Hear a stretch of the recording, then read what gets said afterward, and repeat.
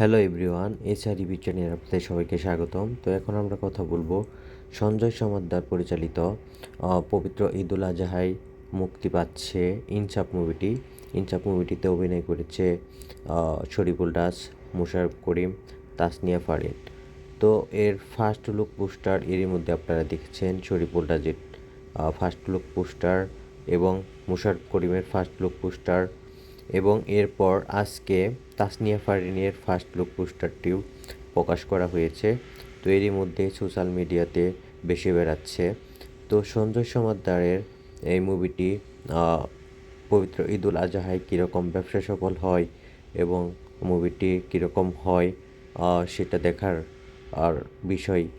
আশা করতেছি বাংলা সিনেমা ইন্ডাস্ট্রিতে আরও একটি দারুণ মুভি উপহার দিতে যাচ্ছে সঞ্জয় সমাদ্দার। এবং একটা জিনিস খেয়াল করলে দেখতে পারবেন, সবগুলো পোস্টারে কিন্তু আপনার কুড়াল হাতে আছে। এটা মনে হয় কোনো একটা সিম্বল বোঝাচ্ছে। তো দেখা যাক কী হয় শেষ পর্যন্ত। সবাই ভালো থাকবেন, সাবস্ক্রাইব করবেন।